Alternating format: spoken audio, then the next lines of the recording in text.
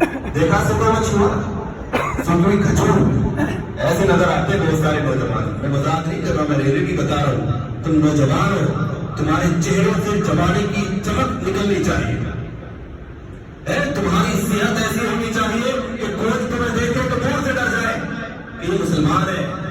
یہ مسلمان ہے. بتاؤ کیسے؟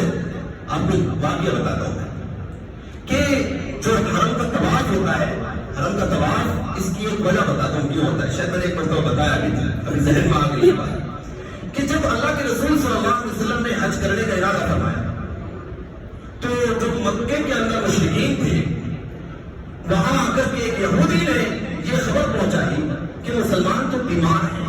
کیا ہے؟ مسلمان بیمار ہیں اور ان میں بیماری پھیل گئی ہے, ان کے بس کی طواف کرنا, حج کرنا نہیں ہے.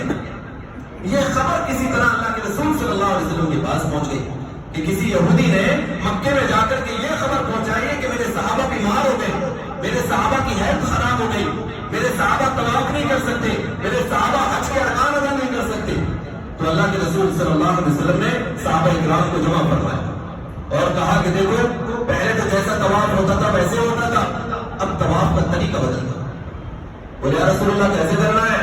بولے 3 چکر کیسے لگانے ہیں؟ اکڑ کے لگانے ہیں. ورنہ عبادتوں میں عاجزی ہے نا کہ جھک کے عبادت کرنی ہے. لیکن جو حاجی ہے یہاں بچ کر کے آئے ہیں, عمرہ کر کے آئے ہیں, انہیں پتا ہوگا کہ 3 چکر کیسے لگاتے ہیں. اکڑ کے لگاتے ہیں, سینہ چوڑا کر کے ایک دم. یہ کیوں لگاتے ہیں؟ تو جب مسلمان مکہ میں آئے اور انہوں نے طواف کیا تو مشرکین مکہ اپنے گھروں کے سوراخوں میں سے مسلمانوں کو چھپ کر کے دیکھ رہے تھے کہ دیکھیں ان کی جسمانی حالت کیسی ہے, یہ کتنے کمزور ہو گئے ہیں. مذاق اڑانے کے لیے مسلمانوں کو دیکھنا چاہتے تھے, لیکن جب مسلمانوں کی انہوں نے عقل کو دیکھا اور سینوں کو چوڑا دیکھا اور کندھوں کو جھکا ہوا نہیں دیکھا اور دیکھا کہ یہ تو بڑے کڑک انداز میں طواف کر رہے ہیں, تو وہ یہودی کے پاس گئے اور کہا کہ مقصد تم کو ہمیں منوا دیتا.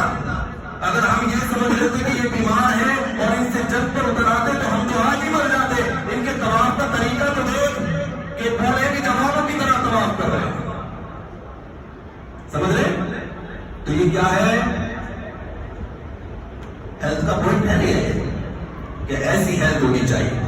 اس لیے اسلام کہتا ہے کہ مسلم نوجوانوں جب تم راستے میں چلو تو سینہ چوڑا کر کے چلو, اور اے میری مسلم عورتوں جب تم راستے میں چلو تو سر جھکا کے چلو.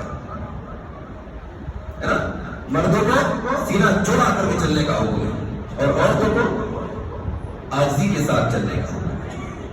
عورتوں کو حکم نہیں ہے سینہ چوڑا کر کے چلنے کا, اکڑ کے چلنے کا نہیں.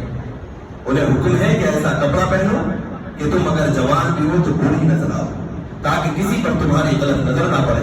لیکن اللہ معاف فرمائے آج کے ماحول میں کہ آج کل کی بوڑھیاں بھی جوانوں کے پیچھے چھوڑ رہی ہیں, آنکھوں میں لینس لگوا رہی ہے اور پلکیں لگوا رہی ہیں, ایکسٹرا جیپنیز پلکیں, چائنیز پلکیں آ گئی ہیں, وہ پلکیں لگوائی جا رہی ہیں. اور برقعے آپ کو بتائیے کیسے ہیں, تو اسی دھوکہ مت کھانا کبھی بھی برقعے میں. یہ بھی میں آپ کو بتا رہا ہوں, آج کل کے دور میں برقعے میں دھوکہ مت کھانا کہ جی بہت خوبصورت نظر آ رہی ہے, ہو سکتا ہے کہ پیغام بھیجنے کے بعد بڑھیا نکلے, اس لیے دھوکہ کبھی نہیں کھانا. پردے کی چیز پردے کی ہوتی ہے. اس لیے جو آج کل ہمارے یہاں برقع ہو گیا نا, آپ اسے برقع کم کہہ لیں. اور حقیقت یہ ہے جو میں آپ کو بول رہا ہوں کہ اگر آپ برقعے میں چلنے والی خواتین جو راستوں میں نظر آتی ہے نا, بڑی